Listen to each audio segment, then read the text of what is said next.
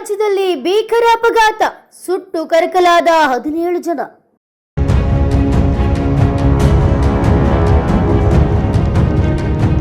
ನೆಮ್ಮದಿಯ ನಿದ್ರೆಯಲ್ಲಿದ್ದವರು ಸಜೀವ ದಹನ, ಚಿತ್ರದುರ್ಗದ ಶಿರಾ ಬಳಿ ದುರ್ಘಟನೆ.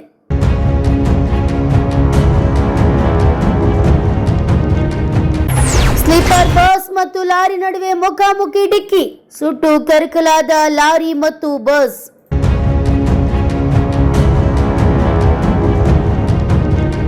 ಚಿತ್ರದುರ್ಗದ ಗೊರ್ಲತ್ತು ಕ್ರಾಸ್ ಬಳಿ ಬಸ್ ಭೀಕರವಾಗಿ ಅಪಘಾತವಾಗಿದ್ದು, ರಾಷ್ಟ್ರೀಯ ಹೆದ್ದಾರಿ 48 ಸಂಪೂರ್ಣ ಟ್ರಾಫಿಕ್ ಜಾಮ್ಗೊಂಡಿದೆ. ಸುಮಾರು 30 ಕಿಲೋಮೀಟರ್ ವರೆಗೂ ಟ್ರಾಫಿಕ್ ಜಾಮ್ ಆಗಿದ್ದು, ಶಿರಾ ಬಳಿಯಿಂದಲೂ ಟ್ರಾಫಿಕ್ ಜಾಮ್ ಆಗಿತ್ತು. ಮುಂಬೈಗೆ ಹೋಗುವ ರಸ್ತೆ ಸಂಪೂರ್ಣ ಬಂದ್ ಆಗಿದ್ದು, ಹೆದ್ದಾರಿ ಬಲಬದಿಯ ರಸ್ತೆಯಲ್ಲಿ ಸಾಲುಗಟ್ಟಿ ವಾಹನಗಳು ನಿಂತಿದ್ದವು.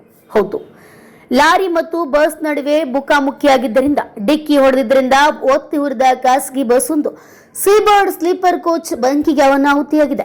ಇನ್ನು ಬೆಂಗಳೂರಿನಿಂದ ಶಿವಮೊಗ್ಗಕ್ಕೆ ತೆರಳುತ್ತಿದ್ದ ಖಾಸಗಿ ಬಸ್ ಇದಾಗಿದ್ದು, ಬಸ್ನಲ್ಲಿದ್ದ 9 ಜನ ಪ್ರಾಣಾಪಾಯದಿಂದ ಪಾರಾಗಿದ್ದರೆ 17 ಜನ ಸಜೀವ ದಹನಗೊಂಡಿದ್ದಾರೆ.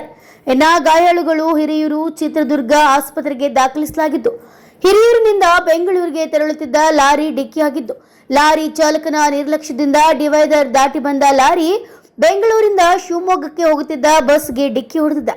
ಬಸ್ಗೆ ಡಿಕ್ಕಿ ಹೊಡೆದ ಪರಿಣಾಮ ಬೆಂಕಿ ಹೊತ್ತಿಕೊಂಡು ದುರ್ಘಟನೆ ಸಂಭವಿಸಿದ್ದು, ಹಿರಿಯೂರು ಗ್ರಾಮಾಂತರ ಠಾಣೆ ವ್ಯಾಪ್ತಿಯಲ್ಲಿ ಪ್ರಕರಣ ದಾಖಲಾಗಿದೆ.